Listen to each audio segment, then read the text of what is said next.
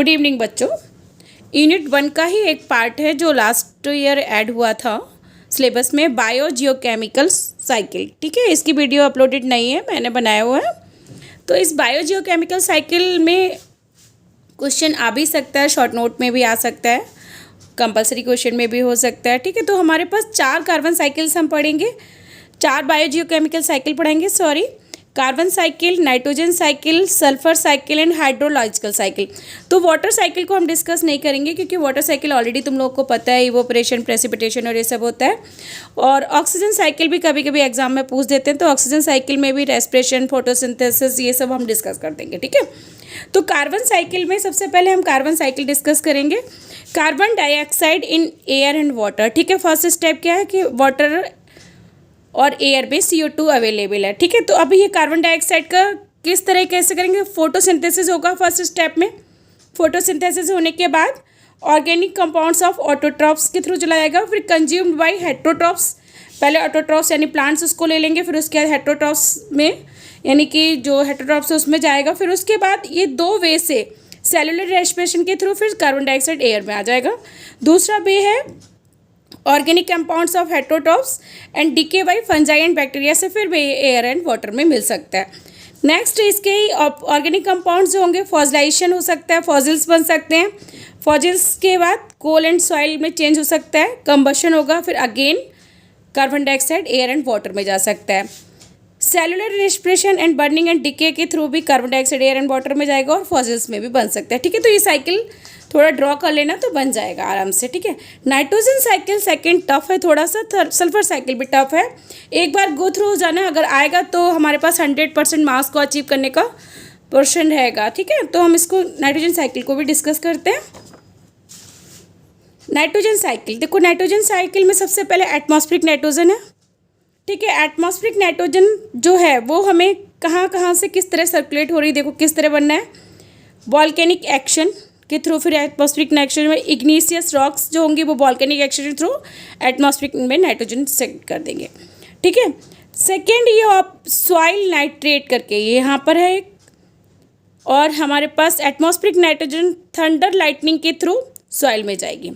Atmospheric nitrogen, nitrogen fixing bacteria in soil and root nodules of leguminous plants के through फिर हमें nitrogen fixation के through soil में जाएगा।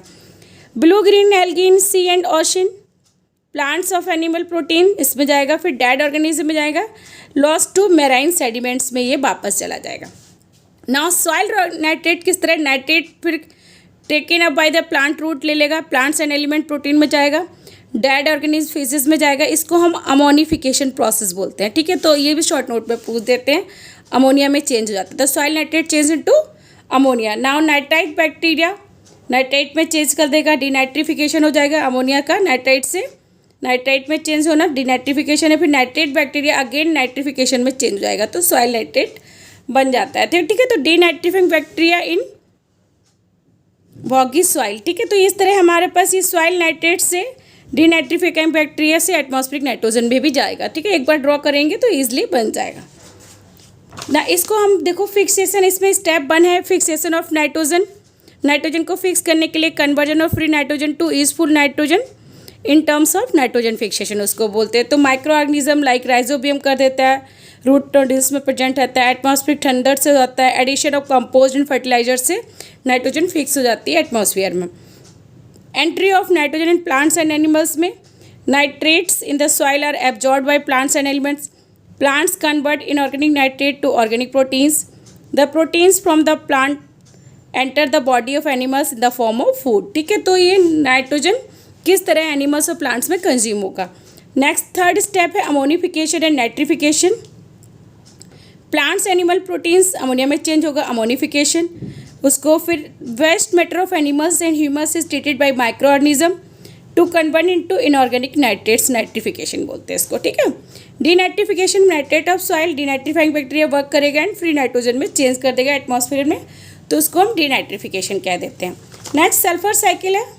सल्फर साइकिल में एटमॉस्फेरिक सल्फर SO2 की फॉर्म में भी हो सकता है, SO3 की भी फॉर्म हो सकता है, रेन के फॉर्म में सल्फेट बन जाएगा। ठीक है, तो एटमॉस्फेरिक सल्फर इंडस्ट्रियल प्रोसेस से भी आ सकता है और नेचुरल प्रोसेस वॉल्केनिक इरेप्शन से भी हो सकता है। अब रेन से जो सल्फेट बनेगा तो फर्स्ट प्रोसेस में एसिमुलेशन, सेकेंड प्रोसेस में यहाँ पर सल्फेट से अमीनो एसिड्स एंड कोफैक्टर में चेंज होगा, थर्ड प्रोसेस में मिनरलाइजेशन हो जाएगा एंड फोर्थ प्रोसेस में यहाँ पर ये H2S से सल्फर फ्री रेडिकल में चेंज हो जाएगा एंड फिफ्थ प्रोसेस में ऑक्सीडेशन होकर सल्फर बन जाएगा। सिक्स प्रोसेस में ये रहा, सेवेंथ एंड एट्थ में रिडक्शन एंड फोर्थ। इस सभी प्रोसेस को हम यहाँ पे एक एक करके डिस्कस करते हैं।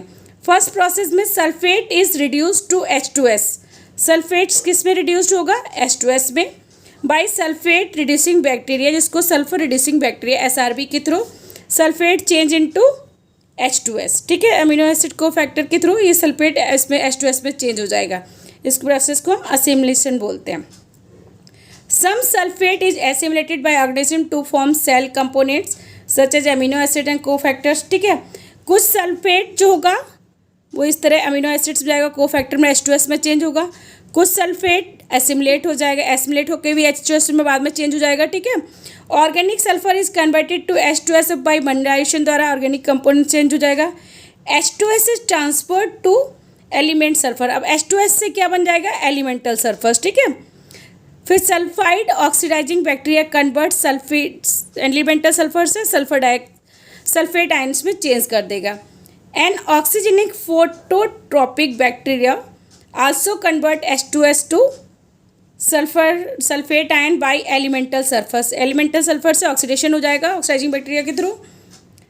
Sulphur reducing bacteria transform back the elemental sulphur to H2S, जो रिडक्शन होगा वो सल्फर रिड्यूसिंग बैक्टीरिया भी है और ये sulphur oxidising bacteria, sulphur oxidising bacteria and sulphur reducing bacteria, इसको वापस बैक कर देंगे सल्फर, तो उसमें H2S में change, some H2S change to FeS में चेंज हो जाएगा ऑक्सीडेशन एंड प्रेसिपिटेशन प्रोसेस के थ्रू, ठीक है। तो ये कुछ प्रोसेस है, इसको आप ध्यान से देख लेना। बाय द वे क्वेश्चन आ जाएगा तो हमारा ये रहेगा, हमारे पास सिर्फ फुल सिलेबस है, जो चीज़ें हमारे पास हैं एटलीस्ट हमने उसको पढ़ा है, तो हम एक बार गो थ्रू होंगे तो हम क्वेश्चन को ढंग से अटैम्प्ट कर लेंगे। थैंक यू बच्चों, good luck, take care for your exams, best wishes for your exam. और सारे क्वेश्चन करके आना, अगर नहीं भी आ रहा है ना तो उससे रिलेटेड जो भी आपको याद है वो सब लिख देना, ठीक है। Good luck, take care.